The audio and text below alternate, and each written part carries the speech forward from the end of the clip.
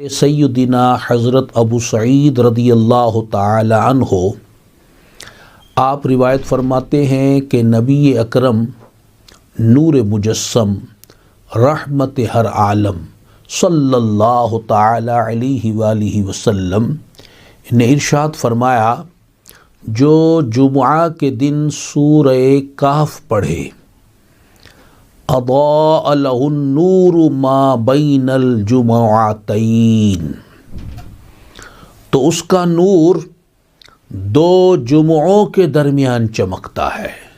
سبحان اللہ سبحان اللہ۔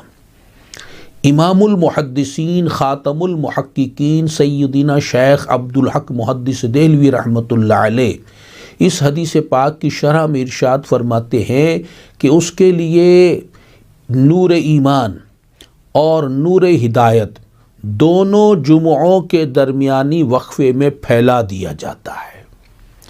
سبحان اللہ۔ حکیم الامت مفتی احمد یارخان نعیمی رحمۃ اللہ علیہ اس حدیث پاک کی شرح میں ارشاد فرماتے، یہ چمک اس کے چہرے پر نمایاں ہوگی یا اس کے دل میں روشن ہوگی، اس کی زندگی میں یا اس کی قبر میں یا قیامت کے دن اس کے ساتھ ہوگی۔ جو شخص جمعہ کے دن اس سورہ مبارکہ کو پڑھ لیا کرے گا انشاءاللہ تعالی وہ ہمیشہ ہی منور رہے گا۔ سبحان اللہ سبحان اللہ۔